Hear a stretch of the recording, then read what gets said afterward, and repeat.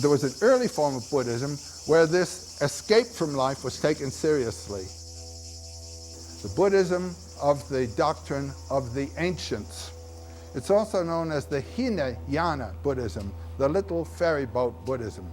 Because in order to follow this Buddhism, you must give up the world and step into the little monk ferry boat that will carry you to the yonder shore. During the 1st century AD, that's say 500 years after the Buddhist time, a new order of Buddhism comes into form in northwest India. It is the Buddhism known as the Mahayana, the big or great ferry boat Buddhism.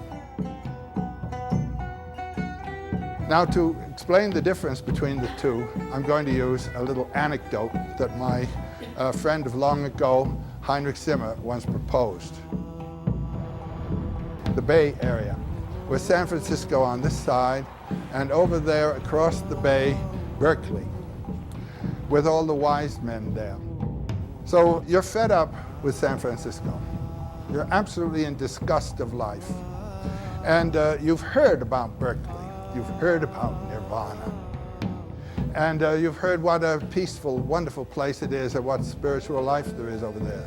So you go down to the shore and you look day after day over at Berkeley. This is the desire for the experience, you know, of Nirvana. One fine day, a ferry boat sets out from the yonder shore, comes right to your feet. And in the ferry boat, there is a man who says, "Anyone for Berkeley?" And you say, "Aye." And he says, "Get aboard, but there's a consideration. Namely, this is a one-way trip." Now the texts say, unless you are as eager for nirvanic bliss as a man whose hair is on fire would be for a pond into which to dive, don't start. It's too tough.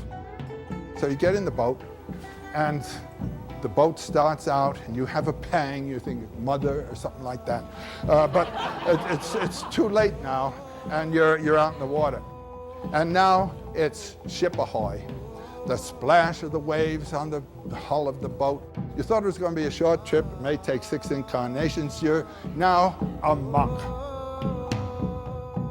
And it's such a real relief and pleasure counting the beads in this hand and then over here, putting little flowers on altars and so forth. Life has been reduced to such simplicities that there's nothing, no problems at all. The last thing you want now is to get ashore on the other shore where something else might happen.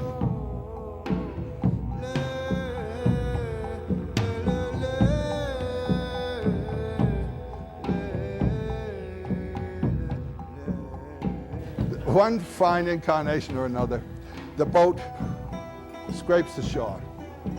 This is that moment of rapture, you know. But you can't live in that. We're there. So you get ashore. It's a new life, a new breeze, and all that sort of thing. And then you think, well, I wonder how San Francisco looks from here. Now we're going to move into the other kind of Buddhism. This has been Hinayana Buddhism. Only those willing to give up everything, monks and nuns and so forth, and to play the little game of rosaries and flowers, they can get onto this trip. I wonder what San Francisco looks like from here. Forgetting that you're in the realm beyond pairs of opposites. Turn around this. No San Francisco. There's no bay between. There's no ferry boat. There's no Buddha. This is it. This is known as the Mahayana. We're all there. And who's there? Well, the first doctrine of Buddhism is Anatman. All things are without a self. So who's on the boat anyhow? Didn't you realize that? We are all simply illusions of a consciousness that is the real ground. This is the illusion that comes with the rippling waters of a pond. Broken images that come and go. We identified ourselves with one of those that comes and goes. That was when we were in San Francisco. Now we have identified ourselves with the Buddha consciousness, which informs all things, and we're at peace. can open our eyes and return to the world. We're in San Francisco. Do you see what we get? So this is known as the Buddhism of the Great Delight, Mahasukha. All is sorrowful and in perfect rapture.